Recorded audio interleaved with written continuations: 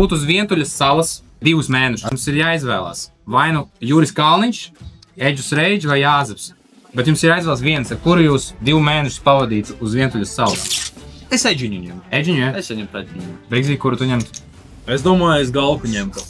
Galku? Nu, viņš bišķi, man liekas, stiprāks par Eģu, un viņš palīdzētu vairāk. Bet man liekas, viņš vairāk uzdotu jautājumus. Ne? Da pofīgi, padomā, tu salas esi, tev vajag kādu runāt.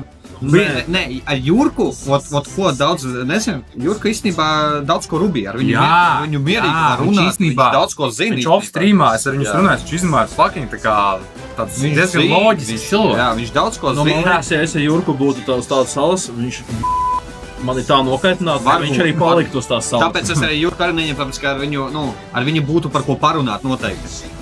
Bet laikam būtu pārāk daudz jārunāt. Jāzeps uzdotu pārāk daudz jautājumus, un negribētu kaut ko darīt. Eģus? Eģus, man liekas, ir tāds, ka... Ar viņu visu varētu sarunāt? Jā, ar viņu visu var sarunāt ar Eģiņu.